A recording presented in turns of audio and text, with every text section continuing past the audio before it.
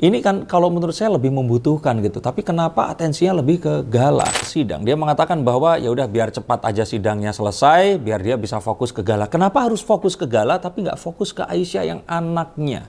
Nah, walau keajaibannya juga pasti akan malu dan juga harus mau jawab apa keajaiban seperti itu. Kecuali Pak Dodi akan tiba-tiba kaya raya.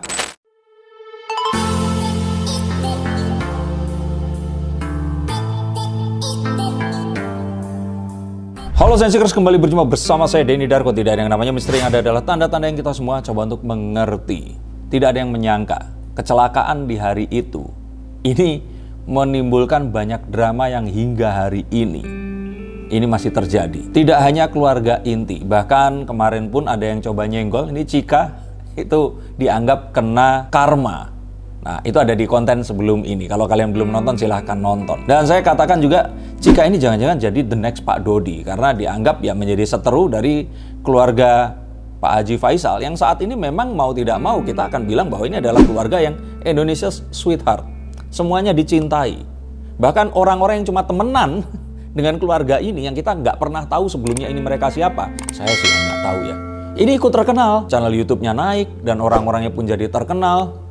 Ya, memberikan berkah ya. Ternyata saat tragedi ini terjadi, walaupun kesedihannya sampai sekarang masih dirasakan, tapi ternyata ada satu keajaiban tersendiri yang terjadi setelahnya. Dan kita hanya bisa bilang, kalau orang muslim bilang ini subhanallah, sesuatu yang terjadi karena kesucian Sang Maha Kuasa, dan ini semua terjadi nggak pernah disangka oleh orang-orang biasa seperti kita. Nah, tapi Pak Dodi ini juga sesuatu yang sangat luar biasa, karena beliau ini saya pikir tidak henti-hentinya membuat kontroversi. Bahkan terakhir ini mengatakan bahwa Pak Dodi ini berencana untuk mengajukan banding terhadap putusan yang sudah memenangkan keluarga Pak Haji Faisal. Yang aneh di sini adalah di saat bersamaan, bahkan berselang cuma beberapa hari, Pak Dodi ini sebelumnya diputuskan perceraiannya secara sah dengan istrinya, yaitu Puput, yang mana anak hasil pernikahan mereka, Aisyah, yang usianya ini balita ya, masih di bawah 5 tahun. Ini malah Pak Dodi itu tidak mengajukan hak perwalian atau asuh. Kalau perwalian pasti ya, hak asuh lah ya di sini.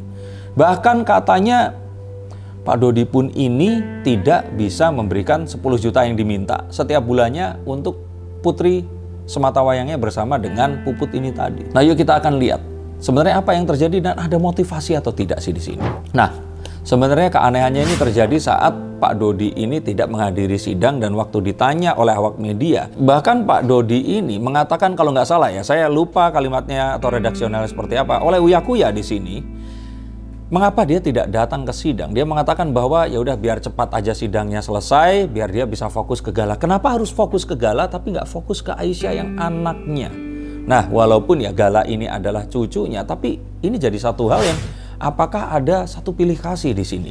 Pertanyaan yang sampai sekarang ini masih menjadi sebuah misteri. Bahkan kalau boleh kita bilang, Gala seharusnya kan lebih, ya, dia ini kan laki-laki. Dan kalau menurut saya ya sudah ada yang mengurus juga keluarga Pak Haji Faisal gitu loh, kalau nggak diurus sama keluarga Pak Dodi. Sedangkan Aisyah ini seorang wanita yang kalau menurut saya hanya diasuh oleh ibunya yang memiliki anak yang lain juga, yaitu Cika, bukan Chandrika Cika ya. Ini kan kalau menurut saya lebih membutuhkan gitu, tapi kenapa atensinya lebih ke Gala? Sehingga ini menimbulkan sebuah misteri. Kalau menurut saya ya uang ini yang dibicarakan oleh semua orang, tapi akankah ada misteri yang lainnya? Seperti adanya satu klaim bahwa Gala ini katanya bukan anak kandung Bibi. Nah, ini adalah satu hal yang masih berusaha sepertinya akan diangkat. Diduga begitu ya.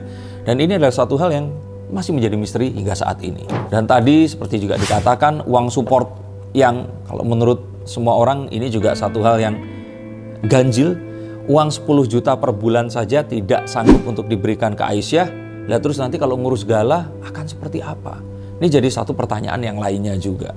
Tapi ya ini balik lagi masih menjadi misteri, dan orang-orang pun masih bertanya-tanya sebenarnya ada motif atau tidak sih di sini. Walaupun juga bahwa status duda ini adalah satu hal yang akan sulit, dan orang pasti akan lebih pilih untuk diberikan ke keluarga yang lengkap dibandingkan ke duda. Sehingga kalau menurut saya mengajukan banding ini apa nggak kayak ya, sesuatu yang ini akan menuju ke kekalahan, ngapain juga harus diajukan banding? Sehingga ini pertanyaan lagi yang lain, adakah motivasi yang lainnya lagi? Ini jadi satu pertanyaan yang sama-sama menjadi misteri. Stop dulu sebentar untuk kalian semua yang merasa atau menganggap bahwa saya hanya membacakan tarot untuk artis-artis. Kalian salah. Kalian pun berkesempatan untuk bertatap muka dengan saya atau menanyakan apapun yang kalian ingin tanyakan, dan biarkan kartu-kartu saya di sini mencoba untuk mencarikan alternatif jalan keluar dari pemecahan permasalahan yang terbaik untuk saat ini dan mendatang. Dan saya jamin ini semua akan private, hanya kalian dan saya yang akan mengetahuinya. Apapun permasalahannya. Karena saat sebuah masalah terjadi, sebenarnya sebuah solusi itu menanti. Dan siapa tahu solusi terbaik dari permasalahan kalian akan ketemu saat kalian ngobrol dengan saya dan izinkan saya untuk membuka setiap kartunya kepada kalian. Hubungi segera nomor di bawah ini dan pastikan nomor ini saja, dan izinkan saya untuk membantu memecahkan permasalahan apapun yang kalian alami. Semoga informasi ini bisa membantu kalian memecahkan permasalahan kalian. Oke, lanjut ke konten yang berikutnya. Yuk. Jadi ada dua nih misteri kenapa dia tidak lebih memilih Aisyah.